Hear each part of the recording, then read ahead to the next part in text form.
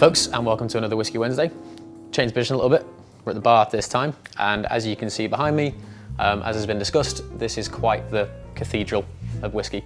Chatting to the staff, there's in excess of 360 bottles behind this bar, or thereabouts. They're aiming for 400, and anything you could ever imagine is pretty much behind here, from Lagavulin to Tom H. Handy, grain whiskies, Irish whiskies, all sorts of things.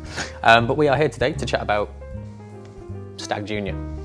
Now, Buffalo Trace is something that's quite close to my heart, as I'm sure you've all seen in numerous videos. I love this distillery to bits. They make so much bourbon, it's all super high quality, doesn't get released if it's not.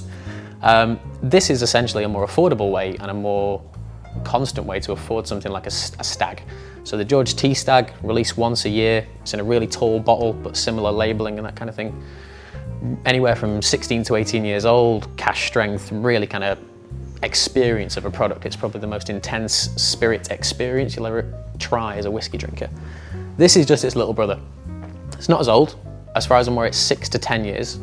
This particular batch is 66.05%, or if you are an American, 134.4% proof. Barrel proof, unfiltered, natural colouring, no messing about. If you went to the distillery, tried it from the cask, it's the same whiskey, just in glass rather than in wood. So we won't mess around anymore, other than saying it's from Rye Mash number 1, which is also the same whiskey as Eagle Rare, 10 and 17, some of the E.H. Taylor stuff, regular Buffalo Trace, Benchmark, and a few other things. It's just cash strength, and it's from a slightly different barrel selection. But we'll dive straight in and talk about it, because it is something that I'm sure you've all tried, or have tried. If you are a bourbon drinker and you've not tried this, I would recommend it. So let's tell you what it smells like. Obviously there's a lot of heat, 66%. If you are trying this for the first time, if you're doing this at home as I'm doing it, coming from the top of the glass, because all the alcohol tends to sit quite low, so do come in from the top, you'll get less of that burn.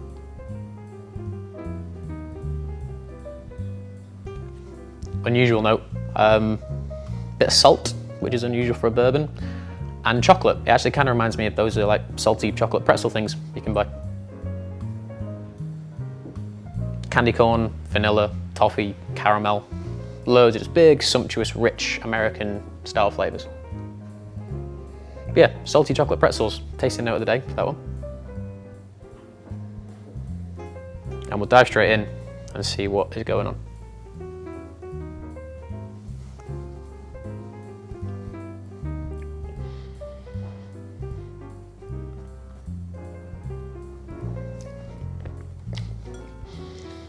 Now, instead of the alcohol being particularly ferocious, it's just like a very mild peppery sensation. It's not chili pepper or anything over the top like cayenne or habanero. It's just like really soft kind of white pepper if you put a little bit too much of it on your food. You get a little bit of spice, but it's manageable. I think if you buy this whiskey knowing it's 66%, you've already kind of psychologically gone through the process of going, it's going to be pretty hot. And at that, you just look out for different flavors. Buffalo Trace in general, especially Rye Mash number 1, is quite a green fruit-led style. There's always a little bit of apple, there's always a little bit of grape. And it's actually really, really palatable. It doesn't blow your head off, it doesn't really come at you with like all punches and that kind of thing. It's not Mike Tyson in a bottle. It is just really kind of manageable for what it is.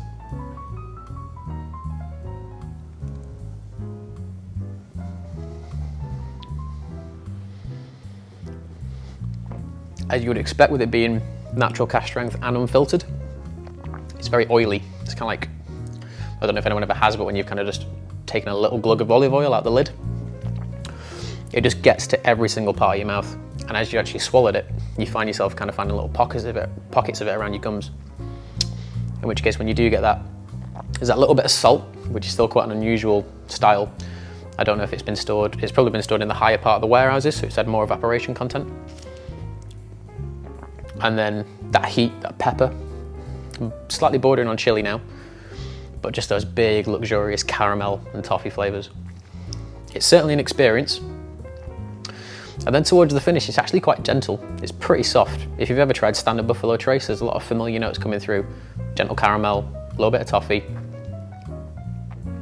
Just because it says 66%, it doesn't mean it's going to blow your head off. It's actually a very subtle, well-made, well-manufactured whiskey. In terms of price, I think I picked that up for about 70 72, 75, something around that. It can range between 60 to 80, depending on where you buy it from, but it is available more regularly than the big brother, the George T Stagg, which only comes out once a year. One final taste and we'll give it a score.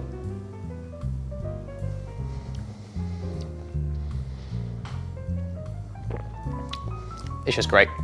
I think if you like bourbon, or if you just like cash strength, kind of in your face whiskey, that's something that you should certainly focus on getting hold of, or certainly trying if you can. I think this bar has it. Somewhere hidden in the rafters up there, I guarantee it's probably there. So yeah, Stagg Jr. I'm not sure what year it came out, because they are kind of spring and summer and autumn releases and all that kind of thing. But at 66.05%, I'm gonna give that purely based on the fact not only does it taste great and it's subtle, but it's also an experience that every whiskey drinker should try. I'm actually gonna give it a 9, which some of you I know will disagree with, but I love Buffalo Trace, I love this whiskey. I've had it for about a year and I've gone through half of it, so it kind of tells you how good it actually is. You don't need a lot of it, it's like an end of the night whiskey, it's kind of like the Lafroig or the Ardbeg of American whiskey. One glass and you are kind of set to go. It will kickstart your weekend, it will kickstart your night if you've had a particularly good day or a bad day. So yeah, 9 out of 10, absolutely spectacular. Powerful on the nose, not as powerful as you think on the palate.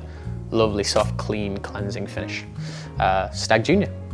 That's the Whiskey Wednesday score. I thank you all very much for watching. And if you are about in Manchester at any point, do pop into the Whiskey Jar, because look, all of that at your disposal, plus a cocktail menu too. So yeah, thank you very much for watching, guys, and I will see you all next week. Cheers.